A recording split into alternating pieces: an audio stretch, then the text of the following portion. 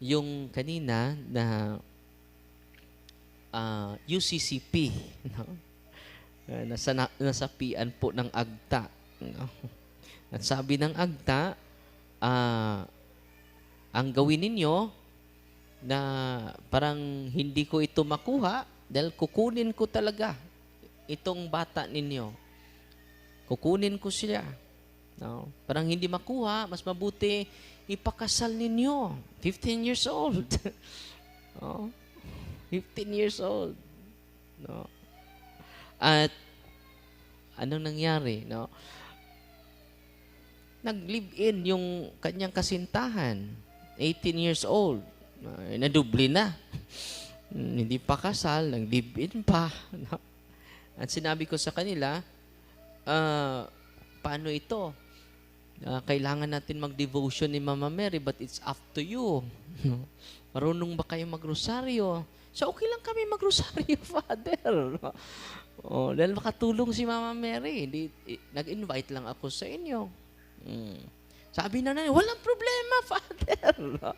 So, hindi ko pinuwersa yun, ha? Yung CCP, magro-rosaryo na. Dahil nakikita niya na grabe yung epekto sa devotion ni Mama Mary. Di ba? At sabi ko, ito, malaking tulong po ito. It's up to you. Dahil hindi naman kayo Katoliko. Sa Father, willing ako mag-rosaryo, Father. Marunong ba kayo mag-rosaryo? May guide naman. So, yun, no? Hindi ko pinersa yun, ha? Ini-invite ko lang, no? And then, malaki na yung improvement ng kanyang anak, 15 years old. And sinabihan ko sila na mas mabuti na makatapos sa pag-aaral. No?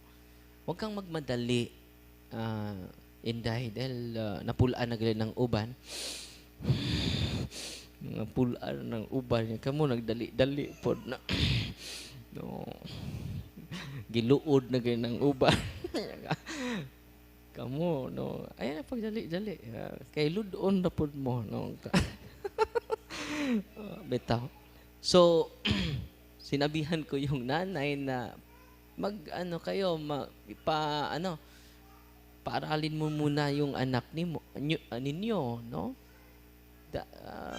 Para matapos sila sa pag-aaral, no? Amen? So, ito yung natutunan ko sa Ebanghelyo. Let us not use coercion. Let us not use force.